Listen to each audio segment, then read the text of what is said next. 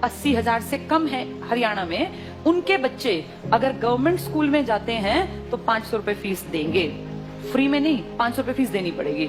और अगर उनके बच्चे प्राइवेट स्कूल में जाते हैं तो सरकार उनको 1100 रुपए देगी। ये तो उनको मिलेंगे अगर उनके बच्चे जाएंगे तो, और ये उनको देने हैं। अब बताओ आदमी क्या करेगा? देने वाला काम करेगा, मिलने वाला काम करेगा?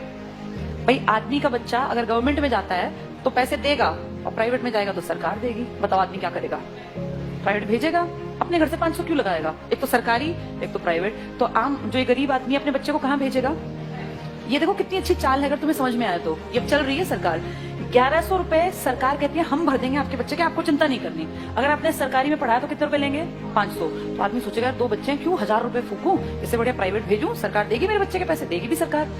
1-2 साल बाद क्या होगा? सारे सरकारी स्कूल धीरे धीरे क्या हो जाएंगे? खत्म हो जाएंगे, खाली हो जाएंगे, बिल्डिंग खाली, एडमिशन 0।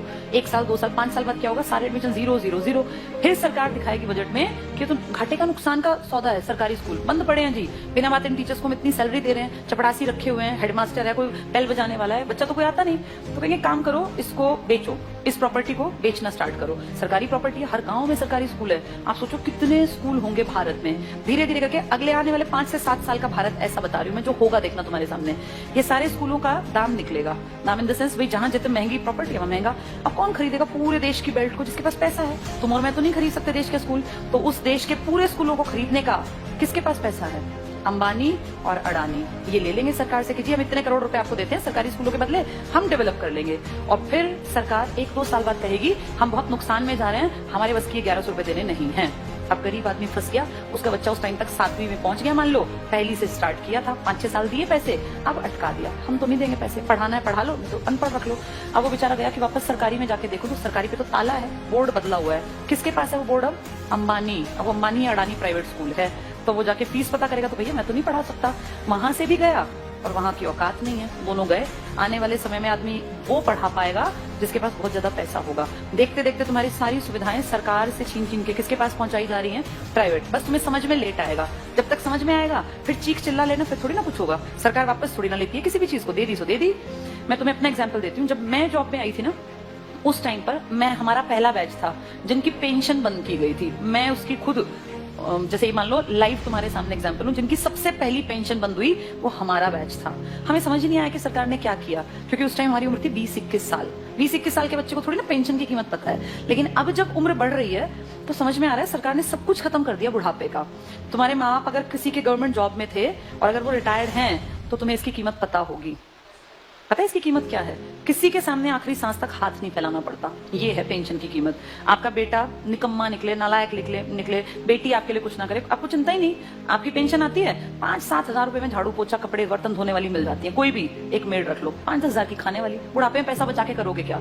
अगर तुम्हें सरकार से 35 हजार भी मिलते हैं तो तुम अपने ऊपर खर्च करो ना, क्यों किसी के सहारे बैठे रहना? और जिनके पास पैसे होते हैं ना, बुढ़ापे में वो प्यारे भी लगते हैं सबको। जिसके पास पैसा नहीं है ना, वो बोझ लगता है। फैक्ट है। तुम्हें अपना चश्मा बनवाना है, तुम्हें क्यों बेटा मेरा चश्मा, क्या जरूरत है बेटे की? तुम्हारे पास पैसे हैं, जाओ मार्केट, अपना घूमते फिरते जाओ, अपना टहलते हुए चश्मा बनवा लाओ। ये कीमत बुढ़ापे में जाके अकल आती है। हमारे बैच ने कुछ नहीं किया, मुझे भी समझ नहीं थी, अकल ही नहीं थी। लेकिन अब जब एज बढ़ रही है ना और हम देख रहे हैं दुनिया को, तब समझ में आ रहा है कि सबसे कीमती चीज इंसान के पास बुढ़ापे में पेंशन होती है।